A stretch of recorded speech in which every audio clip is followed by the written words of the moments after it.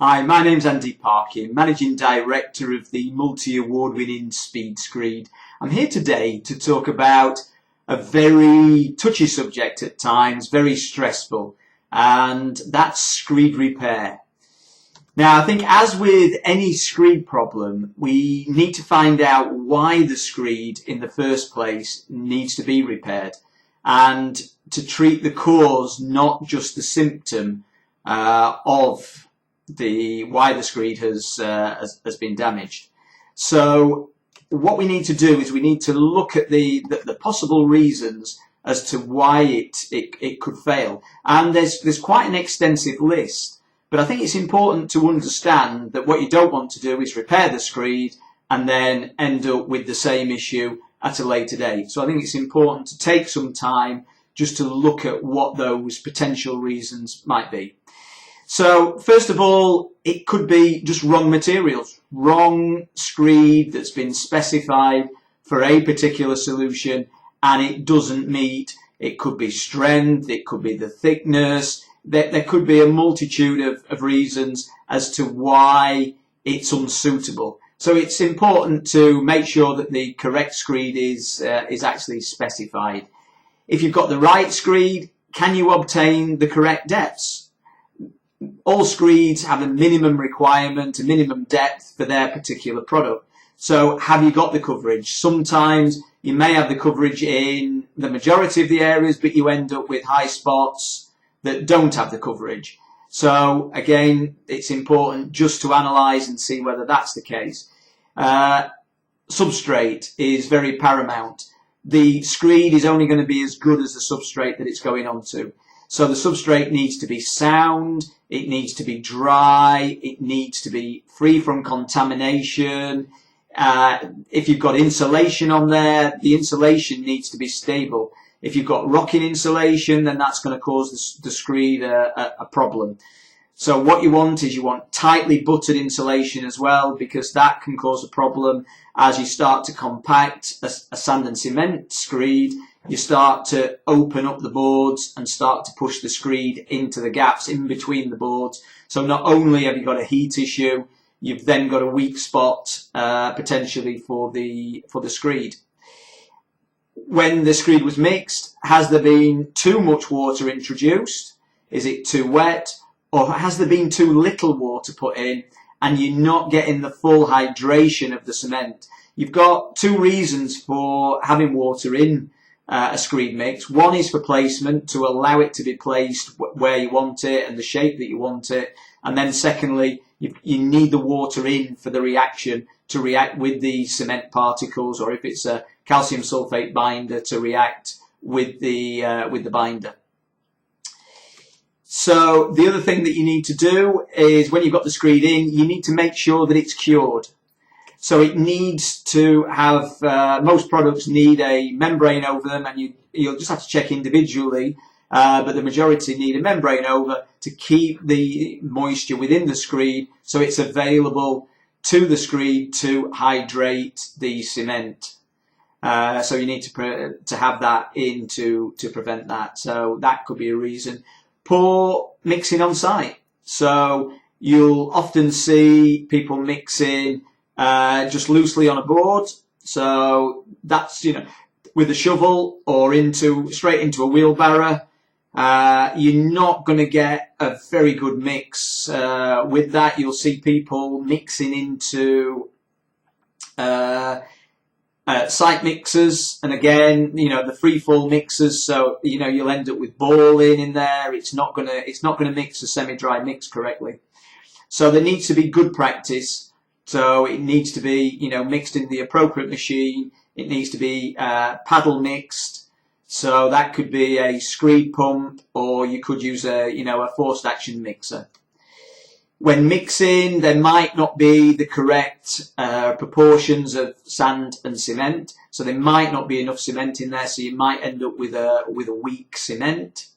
It could be the wrong grade or poor quality sand. That could be potentially an issue.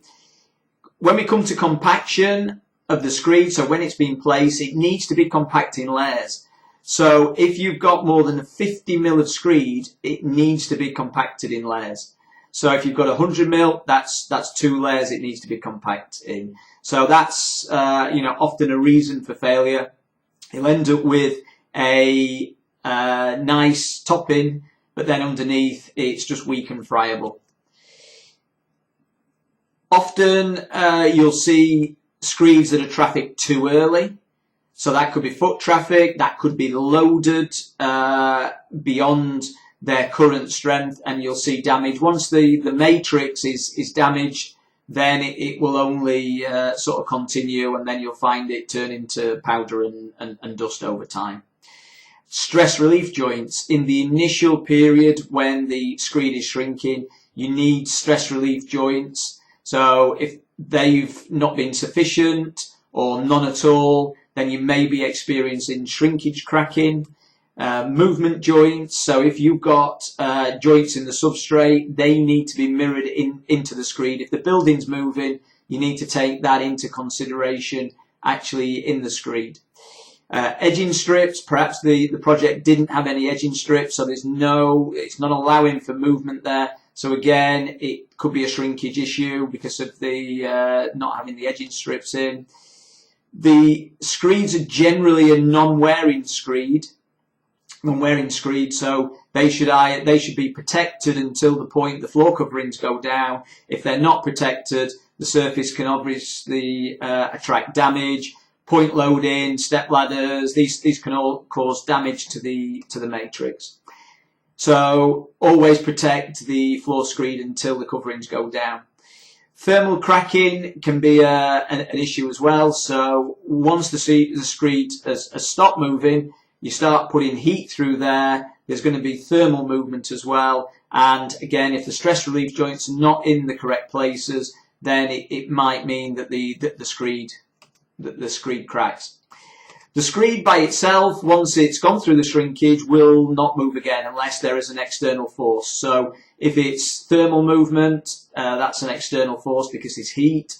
If it's the substrate that's moving, so is the building actually moving in some way? Are you getting heave from the floor? Is something happening there? Is that why the screed has cracked? These are just some of the causes. So I think it's important just to take time to think, my screed, is it one of those things? Because say for the heave example, you could repair the screed and you could find yourself exactly in the same position, in a matter of weeks. So I think you've just got to identify what the issues are. Depending on the cause, the solution is potentially going to be different. But to give you an overview, I'm just going to run through the main repair type systems. And so I think shrinkage cracking is something that you are going to see potentially lots of. The shrinkage cracking by itself isn't anything to really cause alarm. The screed has basically put its own joints in and jointed itself. So unless you've got isolated pieces of screed, it may not need attention. The British Standard basically states that hairline cracks generally do not normally need to be repaired. So if you've got a hairline crack, I mean, the rule of thumb is 0.5 mil. And probably an easy way of doing it is if you can get a credit card into it, then probably you need to, just repair it. If it is a shrinkage crack and you're putting some carpeting on, then you probably don't need to repair it. Because you're just going to put some loose fit carpet on. So if you put in something else down, tiles, etc., then you don't want it to mirror through into the actual floor covering. So if you've got a crack that you're going to repair, what you might need to do is you might need to widen it at certain points, so you can ensure that you can get the product into the crack. So this is what we mean by the hairline cracks and probably not repairing the hairline cracks, because what you're going to have to do is you're going to have to effectively brutalize the crack and open it up from virtually nothing, to something that could be 3 mil wide, and then put a repair compound in. So you can probably see that you've got to think about the repairs that you're carrying out.